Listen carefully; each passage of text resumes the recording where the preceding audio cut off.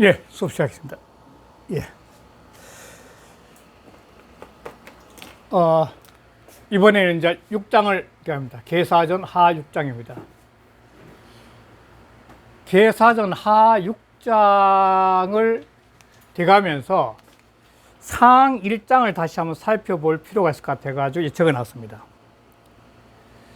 그 이유는 계사전 5장은 거의가 다 각 괴의 효사 하나를 갖고 공자가 그 효사를 어떻게 해석을 해야 좋을지 하면서 공자 당신의 입장에서 해석한 걸 쭉 했었어요. 그 6장에 딱 오면은 뭐냐면은 다시 역의 근원의 문제를 들고 나와요.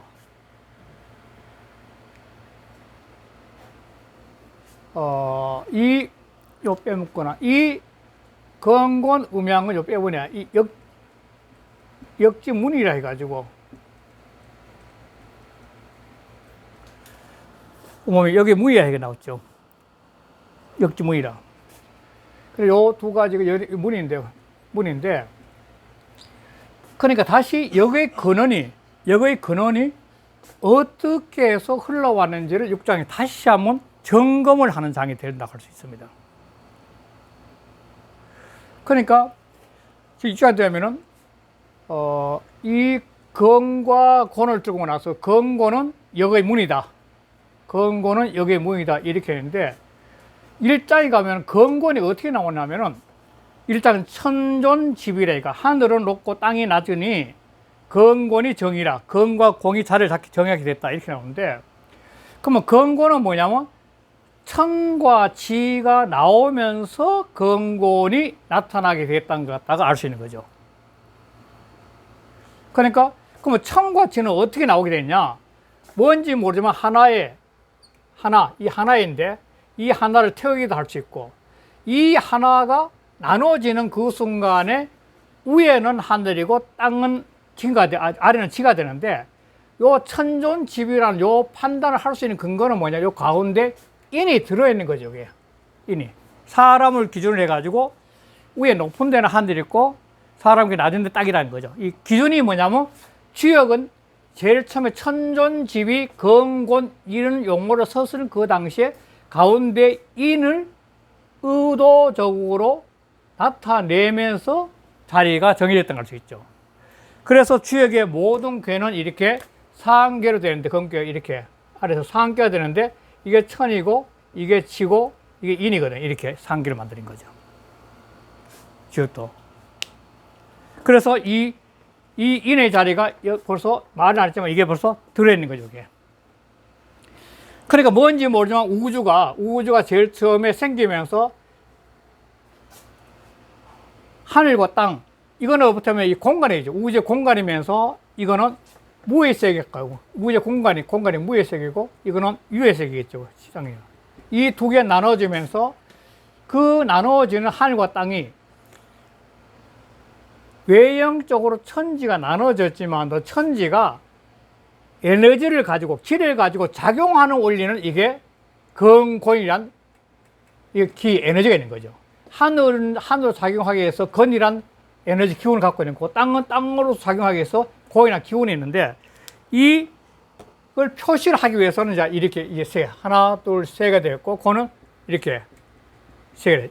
이 두 가지 기운 가지고 작용을 하는 거죠. 천지가 작용을 하는 거죠. 이 작용을 하는데 건은 양물이 되고 고는 음물이 되는데 이 건의 기운은 끊임없는 확장 팽창의 기운이 갖고 있다면 이 권의 음물은 뭐냐면 끊임없이 수렴에 들어가지고 새로운 걸 창출하는 건데 수렴하는 기운인 거죠. 그런데 이 두 개의 기운이 합덕을 하면은 거기에서 지금 이렇게 강유의 체가 있게 돼. 강유의 체가 있게 된 거죠. 강유의 체는 뭐냐면 모든 만물은 삼라만상의 모든 만물은 근본적으로 이 건곤 천지 양음의 세계인데 이 두 세계가 하나로 합쳐져 가지고 만물 속에 들었는데 만물은 근본적으로 뭐냐면 이 강유가 합쳐져서 이루어졌다는 겁니다. 이 가운데 강이 강한 그런 물건도 있고 유가 강한 물건도 있지만도 근본적으로 모든 존재하는 것은 강유가 합체가 되어 있다는 거죠. 강유가. 그래서 6장이 제일 처음이 뭐냐면 첫 개 요금 하고 할게요. 선은 그것으로서, 그러한 원리로서, 이게 앞에 쓰면 그것으로서 천지의 찬, 요 찬자는 일사자가 통한다. 일 찬자, 일.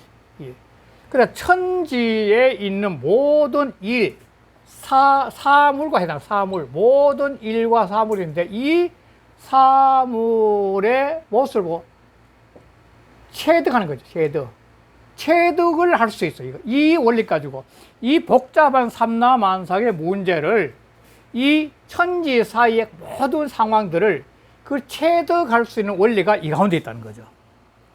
아주 단순하다는 체득하는 원리는. 그래서 앞부분도 뭐냐면 역을 배우면서 복잡한 세상을 단순화시켜서 바라볼 수 있는 지혜가 열릴 수 있다는 말도 그래서 쓸 수 있는 건데, 두 번째는 뭐냐면 신명기덕이에요. 이 신명기덕은 뭐냐면 개체의 사람들이 자기 속에 내자고 있는 겁니다. 실제로 삼라만상의 그 신비로운 변화들인데 그 삼라만상의 신비로운 변화인데 그 신비로운 변화가 개개인 속에도 신비로운 덕으로 내자고 하는 거죠. 그것이 밝아지는 거죠. 그래서 역을 배우면서, 주역을 배우면 어떻게 됐냐면 결국은 이러한 원리를 통해서 이 천지간에 존재하는 모든 사물의 이치를 터득할 수 있는, 체득할 수 있는 그런 지혜가 열리고, 그 다음에 자기 속에 내재하고 있는 신명의 덕을 밝아질 수 있는 그러한 공부가 뭐냐면 주역의 공부란 거죠. 이게 6장에서 처음에 들고 나온 겁니다. 그래서 이 역을 공부한다는 것은 그 5장까지 효에서 효사를 통해서 말한 그 복잡한 세계를 했다가 6장에 딱 보면서 다시 근원적인 문제 적고 넘어가는 거죠. 근원적인 문제. 그래서 이게 바로 1장이 제일 처음이죠. 이게 개사전 제일 첫 장이죠. 첫 장. 천존지변의 근본이 저이고 비고 낮고 높은 거죠. 낮은 것이 높은 것이니까 그 펼쳐지니까 귀천이 자리를 잡게 돼. 천은 실은 많은 거다. 많아서 천한 거예요. 많아서 천한 거죠. 그리고 동정이 유상, 동정이 항상 뜻함이 있으니까 강유가 당이다. 이에서 강유가 나오죠. 강유가 1장에도. 이명이 아니고 이통화였나요? 예? 이통 신명수다. 이 통화통, 제스마이다. 이 통이다. 잘 못 썼네요. 이게 자기 내면 통할 때, 맞습니다. 이거 그냥, 죄송합니다. 자, 이 통. 그래, 이 통은 자기 심이에요, 심. 내심에서. 이 이치를 파고들어서 쭉 여기 파고들어가면은 근본적인 태극인데, 자기 속에 태극의 근원자리에 들어가면 바로 이러한 이치를 통해서 자기 속에 내자고 있는 신명의 덕을 통하게 되는 거, 밝아지는 거죠. 주역의 공부는 바로 이 외적으로는 삼라만상의 현상계를 체득해서 알 수 있는 지혜가 열리고, 그 다음에 자기 속에 내지하는 신명의 덕이 통해 가지고 만물을 판단할 수 있는 내적 지혜가, 깨달음이 온다는 거죠. 이게 바로 역의 공부의 핵심이라는 거죠. 이건 각이죠. 어떻게 각을 할 수 있는 거죠. 그래서 6장은 이것이 가장 근본입니다. 이걸 통해서 6장을 이야기하고, 그 다음 7장에 가서도 이제 이 문제를 다시 한번 들고 나오게 되는데, 일단 이러한 문제를 토대로 잡고 6장을 한번 들어가 보겠습니다. 그럼 6장에 들어가겠습니다. 586쪽입니다. 자왈, 이 공자말 자왈. 경고는 기 띄우고 역지 띄우고 문야. 이거는 발음을 야로 해야 됩니다. 사과를 야로 해야 됩니다. 역의 문이구나 있죠. 뭐 추측사례가 문일 것이다 하는 거다. 문이구나. 자, 그러니까 이게 여기의 세계가 이렇게 엄청나게 이게 여기의 세계인데, 여기의 세계는 이 만물 만사가 다 있으니까 이게 세상사니까 이게 세상사 이야기인데, 이걸 들어가기 위해서는 요 문이 딱 두 개 있는데, 이게 바로 그러니까 건고이란 건고. 건의 문과 권의 문. 이 두 개의 문을 갖다가 열고 딱 들어가면은 그 62개죠. 62개. 의 현상을 보내. 62개는 삼라만상의 문제니까. 그러니까 역의 이치, 62개 역의 모든 이치를 알 수 있는 위해서는 건과 권의 이치를 알아야 된다는 거예요. 건권의 이치를. 건권의 이치는 결국은 뭐냐면 62개는 건권의 변화거든. 건권. 건계와 공계의 변화가 62개니까. 근데 건계와 공계의 이치를 알아면 62개의 이치는 자연히 유치해서 할 수 있다는 거죠. 그래서 건은 양물이야. 양적인 거야. 그 음양인데 밤낮이 가장 대표죠. 밤과 낮인데, 낮은 대개 양물이야. 양물. 대표적인 양이. 밤은 음인데, 양은 모든 것이 드러나가지고 환히 밝아지니까 이건 현상계 드러난 모습이죠. 확장되는 모습이고, 밤은 모든 게 수렴돼서 어두움 속에 하나로 전부 다 통째잖아요. 그 수렴되죠. 밤에는 모든 것이 어두움 하나에 다 들어가 버린 거죠. 그게 바로 음의 기운이에요. 밤 낮이 갖고 있는 게. 음물이 갖고 있는 거.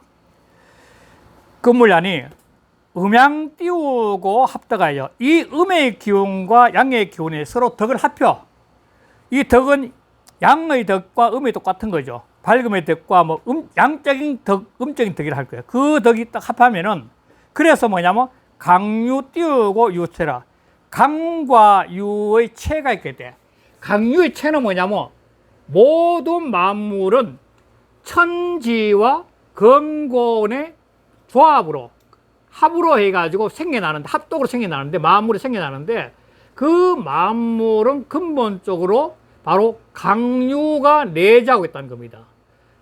어떤 것은 강력한 강한 기운이 있고 다이아몬드처럼 있고, 어떤 것은 아주 부드러워 물같이 부드러운 것도 있고, 그러니까 그 모든 물상은 딱 두 개로 강과 양이 같이 있는 거죠. 그런데 반면에 또 뭐냐면, 이게 중요한 게, 다이아몬드를 세공할 수 있는 가장 좋은 무기는 물이라거든. 물로 간다 그러거든요. 그러니까 가장 약한 것이 가장 강한 것을 다스린 거죠. 강유의 이치에서. 그래서 이체 띄우고 천지지 띄우고 찬하여, 이 찬을 선으로 읽어야 한다는 분들도 계시는데, 사전 찾아보면 일찬자, 일찬. 일찬으로 되어 있어요. 그러니까 천지의 일, 사물이죠. 이때 사자는 일차니까 천지의 모든 일들을 채자는 체득할 수 있다는 거예요. 이러한 이치로 서있자 앞에 그러한 이치로서 이 삼라만상 천지의 이치를 다 체득할 수 있고, 내가 깨달을 수 있다는 걸 알 수 있다는 거죠. 그 또 하나, 이 통 띄우고 천지지 띄우고 덕하니, 신명지 띄우고 덕하니, 신명의 덕을 통할 수 있어. 이 신명의 덕을 통하는 것은 자기 속에 있는 겁니다. 사람은 누구나가 각자 자기 속에 신명과 통할 수 있는 덕이 있습니다.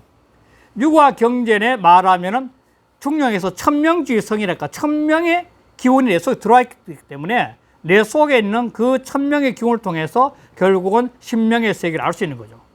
다시 말해서 동학에서 인내처이라는 것도 이런 사상에 나온 거지. 바로 사람의 곧 하늘이라는 게, 결국은 사람은 각자 다이렉트로 신과 통할 수 있는 그런 길이 다 있는 거죠. 누구든지 다 있는 거죠. 그래서 바로 이 신명의 덕을 갖다가 통할 수 있을 때 일반적으로 우리는 그 사람은 각자 자기 나름대로 한 이치 깨달았다 보는 거죠. 누구든지.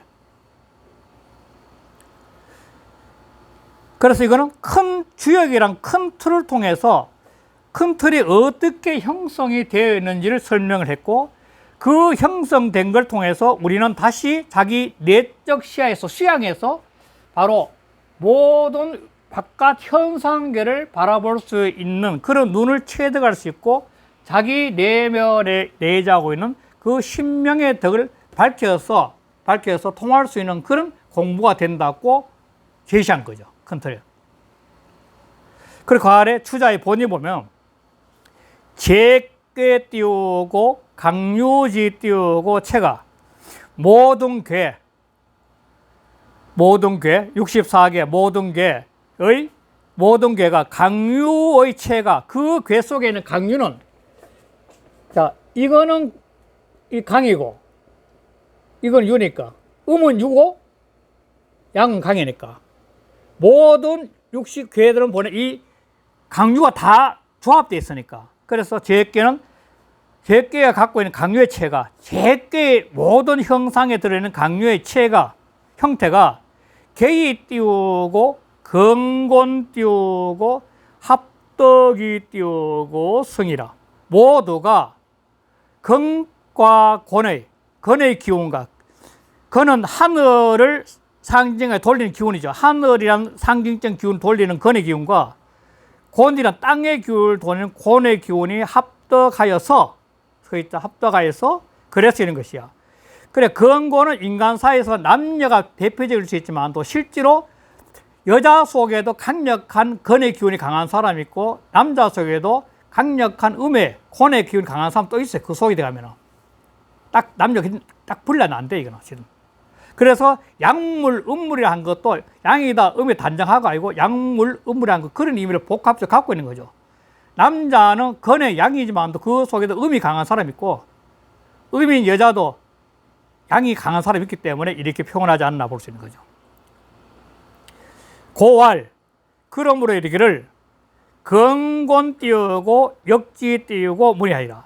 그러므로 이르기를 근과 곤이 역의 문이하리라. 이 근과 곤의 이치를 터득하면 근과 곤의 이치를 통하면 청과 지의 이치를 할 수 있는 거고 청과 지의 이치를 할 수 있으면 우주가 하나인 태극의까지 이룰 수 있죠. 하나인 의식이 역으로 가서 그래야 되는 거죠. 그래서 역의 문, 이 역의 문을 열기 위해서는 바로 그 하나에서 나눠진 하나의 세계까지 의식이 가야 되는 거죠. 어떻게 보면. 그래, 차는 유사라. 유는 같을 여자. 차는 일사자. 일이라는 말과 같아. 일과 같아. 이렇게 큰 틀을 잡고요. 자, 그러면 이제 64개 전체를 한번 보는 거죠. 전체를 보는데, 그 64개 전체는 뭐냐면, 전부 다 이름이 있죠. 64개는 전부 다 괴명이 있죠. 괴명. 그리고 384효는 또 효명이 있어요. 효명. 효사가 있죠. 효사가 있죠. 괴명과 효사. 이 괴명과 효사인데 기 띄우고 칭명야 띄우고 자비 띄우고 불월 하나. 그 이름을 칭한 것이 칭은 칭할 칭자, 걸맞을 칭, 이름이 걸맞게 한 것은 이름을 칭한 것은 이 말이죠. 건깨다, 공깨다, 두은깨다, 무은깨다 그 칭한 것은 자비불러래. 이름들이 잡다해. 64개, 62개 이름들이 굉장히 잡다해. 많아. 그런데도 불을 넘지 않아. 뭐냐? 이 불월의 문제는 여러 가지 해석이 있지만도 제일 제가 생각 맞는 거는 앞에서 얘기했던 근곤은 역지문이니까 여기의 문, 그걸 넘지 않는다. 근곤, 음양의 이치 넘지 않는다는 거예요.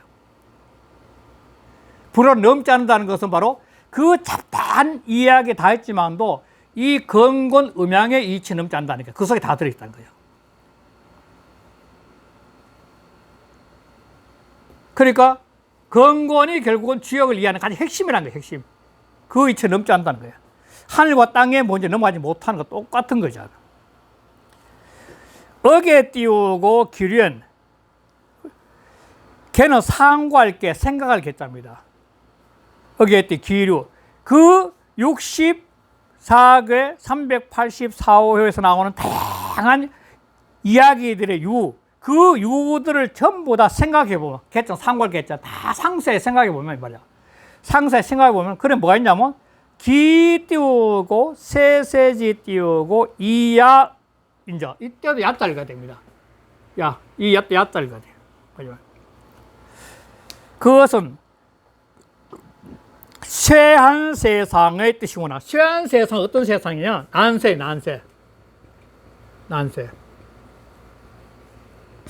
난세. 그러니까 이 역의 이치가 세상에 드러나가지고 사람들한테 필요한 거는 이 난세, 어려운 시기에, 쇠한 세상에 그때 사람들이 사람답게 사는 방법이 도대체 무엇이 좋은지를 제시했다고 볼 수 있는 거죠. 실제로 영웅들이 나오는 것은 난세가 아니면 안 나옵니다. 또 새로운 사상도 난세가 아니면 안 나옵니다. 그러니까 2500년 춘추 전국시대 중국의 모든 사상이 나왔고 그때 전 세계가 전부 다 사상이 그때 다 나오게 되는데 그때 사상이 나온 거나 요 근래 와서 우리나라 같은 대영웅인 이순신 장군 같은 것도 임진왜란 덕분에 나온 거 아니야. 때문에 나온 거지. 때문에. 그래서 영웅도 나온 거죠.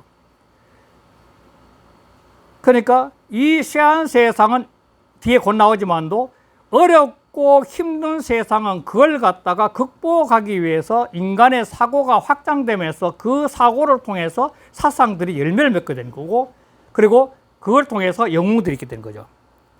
그러니까 다시 말하면 이 주역이라는 것은 바로 이 세세, 난세의 세상을 극복할 수 있는 지혜가 내재되어 있기 때문에 미래를 바르게 선택할 수 있는 해안이 내재되어 있는 거죠.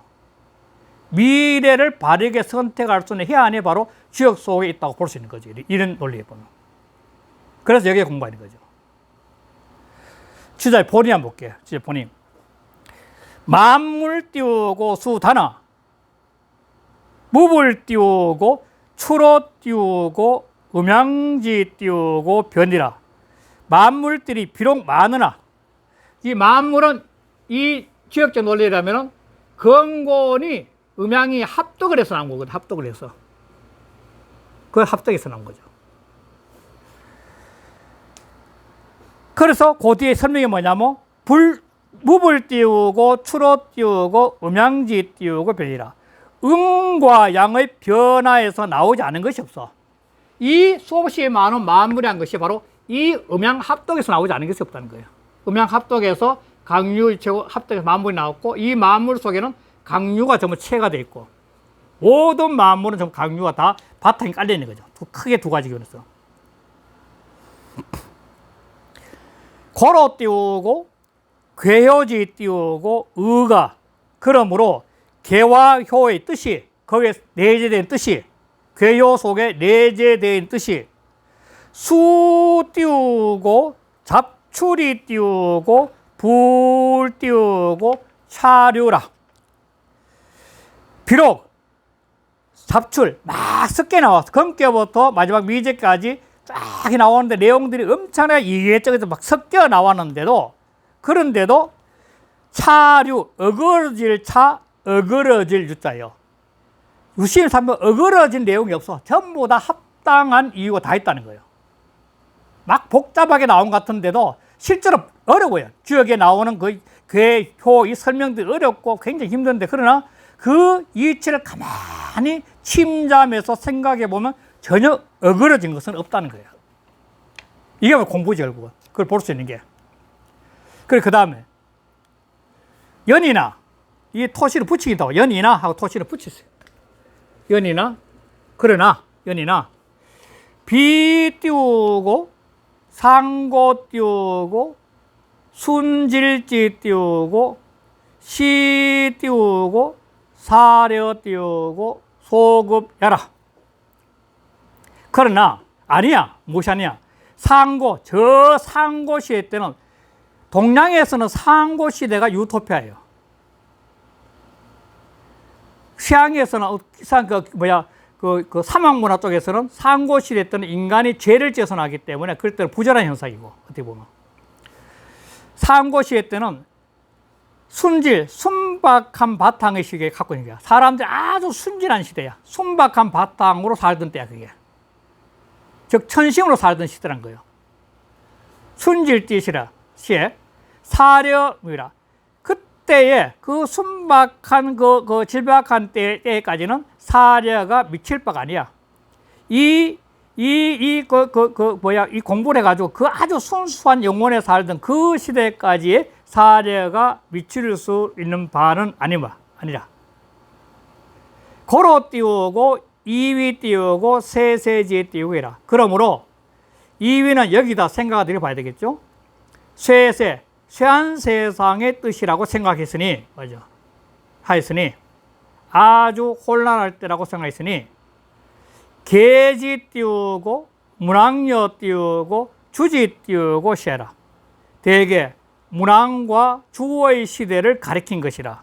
그 문왕과 주의 시대는 뒤에 또 나오니까 7장에 제일 앞에 나와서 헛답을 하더라고. 그냥 넘어갈게요. 요거까지 하고 좀 쉬겠습니다.